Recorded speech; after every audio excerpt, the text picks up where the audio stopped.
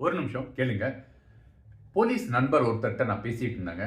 அவரு குடுத்த தகவல் உங்கள்ட்ட நான் பகிர்ந்துக்கிறேன். நீங்க பார்த்துட்டு இருக்கிறது Krupa vibes YouTube channel KRUPAVIBES.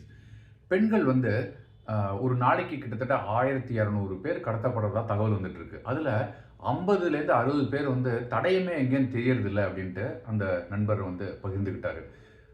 அவர் வந்து ஒரு அருமையான தகவல் சொன்னார். என்னன்னா, நம்ம மொபைல்லேயே ஆன், ஆஃப் பட்டன் இருக்கு இல்லையா? அத வந்து 5 தடவ நம்ம அழுத்தினாலே தகவல் வந்து போலீஸ் ஹெட் குவார்ட்டர்ஸ்க்கு வந்து சேர்ந்துருது. நம்ம லொகேஷனையும் அவங்களால ஐடென்டிஃபை பண்ண முடியும்.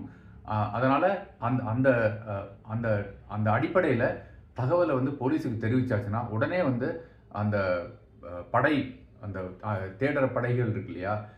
அந்த வந்து டாஸ்க் ஃபோர்ஸ்ன்னு சொல்றாங்க. அவங்க வந்து பெண்கள மீட்டெடுப்பாங்க அப்படின்ட்டு. இது நெறைய பேருக்கு தெரியறதில்ல.